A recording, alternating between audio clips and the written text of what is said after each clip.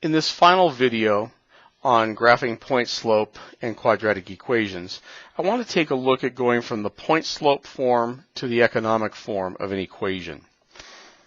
As we do this, we'll start with a point slope form, we'll then convert it to an economic form that you'll find more commonly used within the business functions and the economic functions and classes that you'll deal with in the business core. You'll find that you'll be taking a number of finance classes, you'll be taking a number of economics classes, and so you'll see a different form of this equation used more often than your traditional point slope form. You'll take elementary macroeconomics, or Econ 253. You'll take elementary microeconomics, or Econ 263. And you'll need to use this form in a slightly different version over and over and over again in those courses. So let's introduce you to them now. So this is our basic form, and so recall that this is where we have y being equal to some a plus m of x, and I see that this says negative 3 1/3. That's really not negative. That negative operator doesn't belong there. Please excuse me. Well, this is the point slope form, such that a is equal to 3 1/3, and m is equal to 1/3. Now, if this was the quadratic equation, which in fact this is a quadratic equation, we want to think of it as y is being equal to a times x squared plus b times x plus c. So not a and m, but a, b, and c. And unfortunately, a in the point slope is not a in the quadratic. In this case, for our equation that we see here, we have 0 times x squared plus 1/3 times x plus 3 1/3, or a being equal to 0, b being equal to 1/3, and c being equal to 3 1/3. So it's a little bit confusing. Try not to let yourself get confused as you're going from the point slope to the quadratic equation and getting a little bit confused with the different variable iterations in the convention in which we think of these equations. So with that, how do we turn this into an economic form? We very often see an economic form is going to be something like quantity supplied is equal to, say, negative 10 plus 3p, such that we've got our Cartesian coordinate structured in price and quantity. So we have a p variable that is our y, and a q variable that is our x. So what we've really done here is we've created this economic form. This is really x is equal to some, what I will say is some constant plus some slope times price, or times y. So it's really, we're looking at the same kinds of issues and variables. We're just looking at them and calling them P and Q. So P and Q. So how do we go from y equals 3 1/3 plus 1/3 x to Q equals something plus something times P? Well, in this case, we're going to simply normalize the equation on Q rather than having it normalized on P. Right now, the equation we're looking at is really P is equal to 3 1/3 plus 1/3 Q. In this case, we're going to call it QS, or quantity supplied, so we can use it within our basic structure and Cartesian coordinate space, and have it make sense in an economic sense. So let's look at normalizing this. And all normalizing means is we're going to solve for the other variable in this case. Right now, we're normalized on P. We want to be normalized on Q.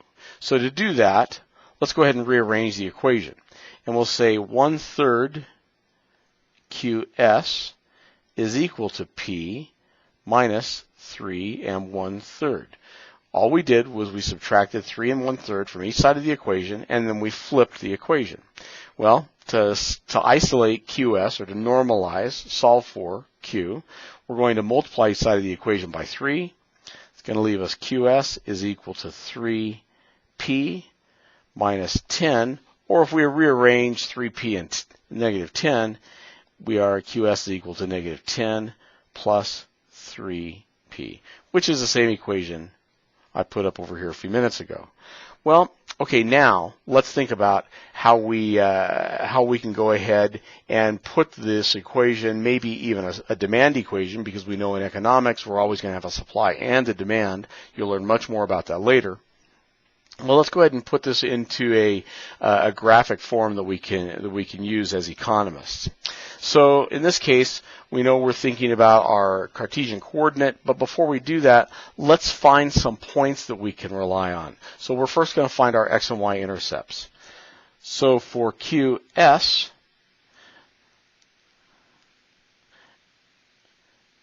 if P equals 0, then I have QS is equal to negative 10 plus 3 times 0, or it's equal to negative 10. And if QS is equal to 0, then I have 0 is equal to negative 10 plus 3P, or 3P is equal to 10, or P is equal to 3 1/3.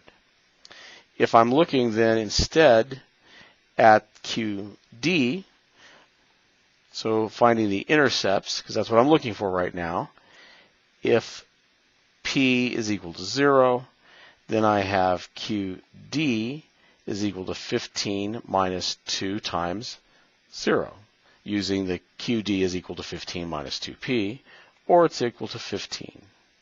And if I have QD is equal to 0, that's 0 being equal to 15 minus 2P, or 2P is equal to 15, or P is equal to 7 1/2. So this simply gives me a couple of points in my Cartesian coordinate, a couple of points on each axis, P and Q, for these curves. So let's think about where these live. By the way, P is price, Q is quantity, and when you're thinking about finance or economics, you always put the currency denominated variable on the y-axis and the quantity denominated variable on the x-axis. That's consistent construction and discipline within economics and finance. The price or currency denominated variable on the y-axis, the quantity denominated variable on the x-axis. So what are these curves going to look like? Well, without having all the information I might like, I think that my demand curve is going to have QD at 15, so out here at 15, and is going to have P at 7.5. So let's say 7.5 is up here, such that I have a demand curve that looks like this, and I'm calling that QD. As I now think about my supply curve, I know that I have a P at 3 1/3, and I have a QS or Q at negative 10, so that's back here, negative 10, and once again, I just have a curve that comes through like this. Not quite sure why that keeps doing that. And this would be our QS. What I don't know is the value for this intercept. I don't know what that is, and that value is going to be thought of as P star and Q star, or some market clearing, market equilibrating values of price and quantity, or the value of price when quantity demand and quantity supplied, quantity demand and quantity supplied are the same thing. So how do I find that?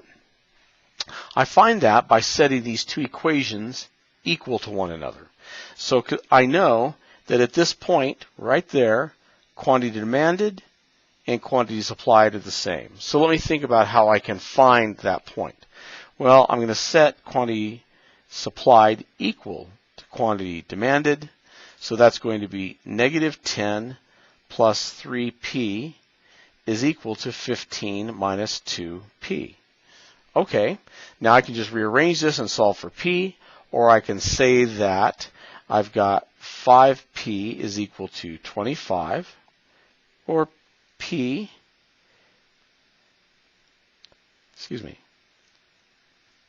doesn't want to get rid of that.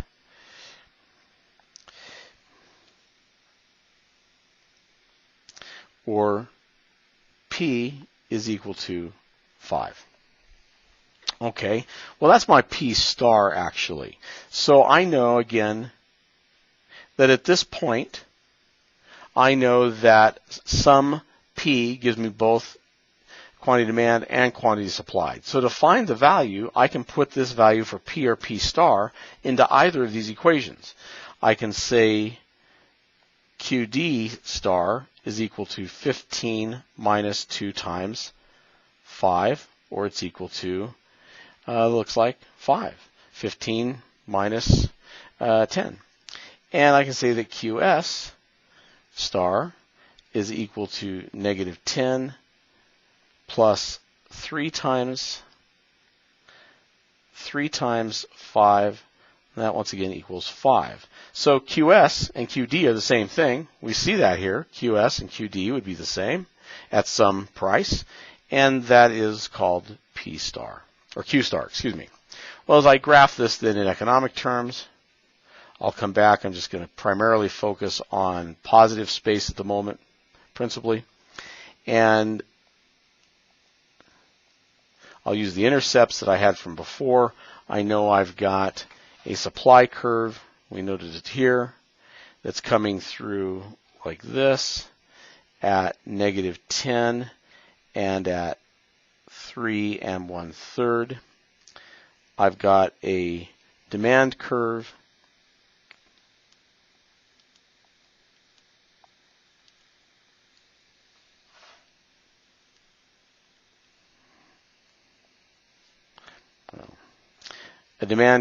please excuse that part of it, a demand curve coming through at 7.5 and 15. There it's gone. So demand curve is going to come through something like this. Such here is 7 1/2, and here is 15. And now I know the values here. I know that P star was equal to 5, and Q star was equal again to 5. So that doesn't really surprise me. And that works out for me, and I can be comfortable with that. I know that I have gone from the point slope form to an economic form.